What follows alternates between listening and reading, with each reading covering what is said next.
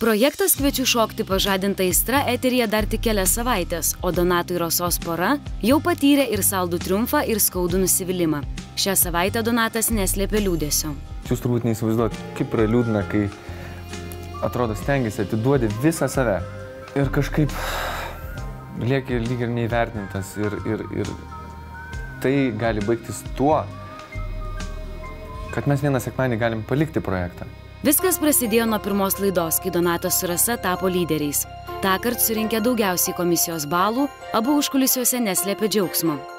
Tačiau antroje laidoje iš lyderių pora drastiškai smigo žemyn. Ir po to žiūri, kad žiūrovai taip meta į paskutinės vietas. Po pirmo šokio, po pirmos laidos mes išėjom tokių euforijų, o dabar nebuvo to. Kažkaip toks jautėsi toksai žemyn, atrodo.